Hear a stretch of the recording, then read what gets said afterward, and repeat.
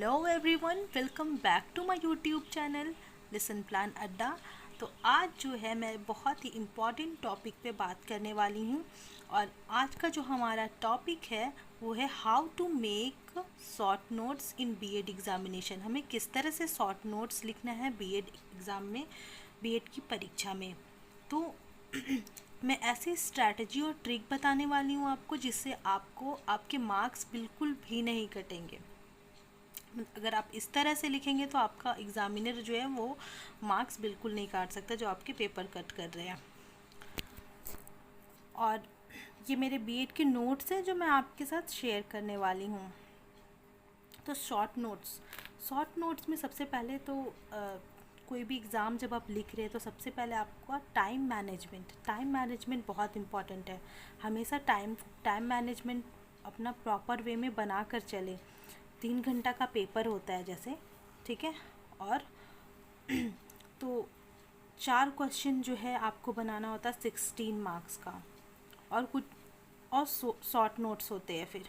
तो 16 मार्क्स के जो आपके क्वेश्चन होते हैं उस पे कम से कम आपको मैक्सिमम 25 मिनट्स लेना है, ठीक है। मैक्सिमम 25 मिनट्स आपको कोशिश करना है कि 25 मिनट्स में आप क्वेश्चन पूरा बनाकर कंप्लीट कर ले। और हमेशा ये चीज़ देखें कि जो आंसर आपको आ रहा है पहले उस क्वेश्चन को बनाएं, ठीक है। और जो नहीं आ रहा है वो आपको लास्ट के लिए रखना है। तो 25 मिनट करके आप क्या कर ले, बांट ले टाइम को। और शॉर्ट नोट्स में बहुत ज़्यादा नहीं, मैक्सिमम आपको 10 to 15 मिनट्स देना है, उससे ज़्यादा नहीं देना है। 10 to 15 मिनट्स शॉर्ट नोट्स में आपको देना है, उससे ज़्यादा बिल्कुल नहीं देना है।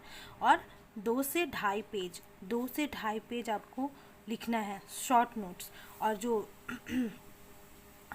जो लॉन्ग आंसर जो है वो आपको कम से कम 5 to 6 पेजेस लिखना है। 5 to 6 पेजेस लिखना है। पेजेस आपको इस तरह से गिनना है, 1 और 2। तो 5 to 6 पेजेस आपको लिखना है, ठीक है। तो आगे बढ़ते हैं हम लोग। तो किस तरह से लिखना है, क्वेश्चन अगर है आपका वृद्धि एवं विकास में अंतर स्पष्ट कीजिए। तो सबसे पहले हम क्या करेंगे, वृद्धि। और always use black and blue pen, black और ब्लू पेन का यूज़ करें। इससे आपका जो लिखावट जो है, जो हेडिंग है, आप ब्लैक से लिखें। और उसके बारे में लिख रहे हैं तो उसे ब्लू से लिखें। वैसे आपका जो कॉपी है वो अट्रैक्टिव लगता है, और आप एग्ज़ाम जो आपका पेपर कट कर रहे हैं उन्हें आपका पेपर देख के मतलब उनको मन ही नहीं करेगा कि आपका मार्क्स काट दें।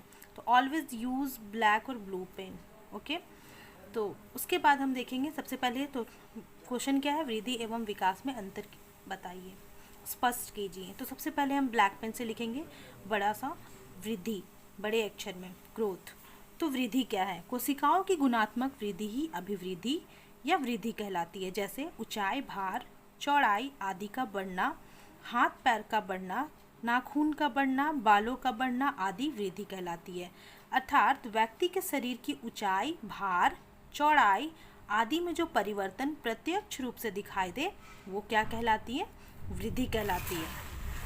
उसके बाद व्यक्ति के शरीर में गर्भावस्था से लेकर किशोरावस्था तक व्यक्ति के शरीर की जो वृद्धि है, यहाँ पे वृद्धि छूट गया है, गर्भावस्था से लेकर किशोरावस्था तक होती है, ठीक है। व्यक्ति के शरीर में वृद्धि को हम माप सकते हैं, इसलिए यह मात्रात्मक भी कहलाती है। वृद्धि परिपक्वता की अवस्था प्राप्त होते ही रुक जाती है, ठीक है। उसके बाद हमें लिखना है परिभाषा। तो आप ऊपर में लिखेंगे परिभाषा, और यहाँ पे लिखेंगे फ्रैंक के अनुसार। तो फ्रैंक ने क्या कहा, कोशिकाओं की गुणात्मक वृद्धि ही अभिवृद्धि कहलाती है।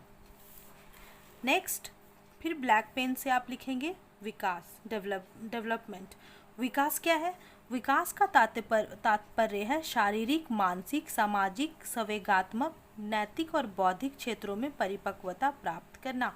मनुष्य के विकास की प्रक्रिया गर्भावस्था से ही आरंभ हो जाती है। गर्भावस्था से आरंभ हुआ विकास जीवन पर्यंत निरंतर चलता रहता है। विकास के अंतर्गत जो परिवर्तन होता है वह प्रत्यक्ष रूप से दिखाई नहीं देते हैं। विकास से हमारा तात्पर्य है निर्भरता से परिपक्वता की अवस्था प्राप्त करना। उसके बाद फिर हम क्या लिखेंगे, परिभाषा। स्किनर के अनुसार, स्किनर ने क्या कहा, विकास जीव और उसके वातावरण की अंतःक्रिया का प्रतिफल है। उसके बाद हम नेक्स्ट पेज में जो हमारा टॉपिक है उसमें जो हमारे क्वेश्चन में दिया था कि वृद्धि और विकास में अंतर स्पष्ट करें। अंतर हमेशा आपको कॉलम बना के और पॉइंट वाइज आपको लिखना चाहिए। ये ज़्यादा इफेक्टिव होता है और ऐसे आप अंतर इस तरह से लिखेंगे तो आपके मार्क्स बिल्कुल नहीं कटेंगे और ऐसे अच्छा होता है लिखना। ठीक है, कभी भी इस तरह से लाइन वाइज ऐसे लाइन नहीं लिखेंगे। हमेशा अंतर जो है आप कॉलम बना ले और एक साइड वृद्धि, दूसरे साइड फिर विकास, या और भी किसी चीज़ में अंतर हो तो इसी तरह कॉलम बना के अंतर लिखें और पॉइंट्स में लिखें। तो वृद्धि और विकास में अंतर, ब्लैक पेन से इसे लिखेंगे। देन फिर लिखे वृद्धि और विकास। तो फर्स्ट, वृद्धि जीवन पर्यंत नहीं चलती, एक निश्चित आयु के बाद रुक जाती है। और विकास क्या है, विकास एक परिवर्तनशील प्रक्रिया है जो भ्रूण से लेकर जन्म के बाद शैशवावस्था, बाल्यावस्था, किशोर अवस्था तथा प्रौढ़ावस्था तक क्रमशः चलती रहती है। सेकंड, परिपक्वता की अवस्था प्राप्त होते ही वृद्धि रुक जाती है। और विकास क्या है, विकास कभी भी नहीं रुकती, यह निरंतर चलती रहती है। थर्ड, वृद्धि का संबंध शारीरिक तथा मानसिक परिवर्तन से है। और विकास क्या है, विकास वातावरण से भी संबंधित होता है। फोर्थ, वृद्धि में होने वाले जो परिवर्तन होते हैं वो मापे जा सकते हैं, जैसे कद, भार, ये परिवर्तन मापा जा सकता है। विकास गुणात्मक परिवर्तन लाता है जिसका मापन करना बहुत कठिन होता है। फिफ्थ नंबर में, वृद्धि में व्यक्तिगत भेद होते हैं, प्रत्येक बालक की वृद्धि समान नहीं होती है ना, इंडिविजुअल डिफरेंस होता है। 5, विकास की दर सीमा में अंतर होते हुए भी इसमें समानता पाई जाती है। उसके बाद फिर 6 नंबर, वृद्धि विकास का एक हिस्सा है। और विकास में लिखेंगे कि विकास में वृद्धि शामिल होती है या शारीरिक, सामाजिक, मानसिक, भावात्मक तथा बौद्धिक जैसे विकास के सभी पहलुओं का अपने में समाविष्टि करता है। 7 नंबर, वृद्धि मात्रात्मक होती है और विकास गुणात्मक तथा मात्रात्मक दोनों प्रकार की होती है। 8 नंबर, विकास का क्षेत्र वृद्धि का क्षेत्र सीमित होता है, इसमें केवल शारीरिक परिवर्तन को शामिल किया जाता है। वही विकास जो है उसमें लिखेंगे कि विकास का क्षेत्र विस्तृत होता है, इसमें शारीरिक, मानसिक, सामाजिक, बौद्धिक, नैतिक तथा आध्यात्मिक सभी प्रकार के परिवर्तन शामिल है। 9 पॉइंट जो है हम लिखेंगे कि वृद्धि के साथ विकास भी हो सकता है। और विकास के में लिखेंगे कि वृद्धि के बिना भी विकास हो सकता है, जैसे कुछ बालक के कद, भार आदि में वृद्धि ना होने पर भी वे भौतिक, सामाजिक, बौद्धिक पहलुओं में विशेष कार्य अनुभव वाले हो सकते हैं। तो ये हो गया वृद्धि और विकास में अंतर। और ये बहुत इम्पॉर्टेंट है, ये क्वेश्चन हमेशा एग्ज़ाम में मतलब ये मस्ट है, ये आना है, ये इम्पॉर्टेंट क्वेश्चन है। तो आप स्क्रीनशॉट भी ले सकते हैं और ये आपके बीएड के इम्पॉर्टेंट क्वेश्चन में से एक क्वेश्चन है।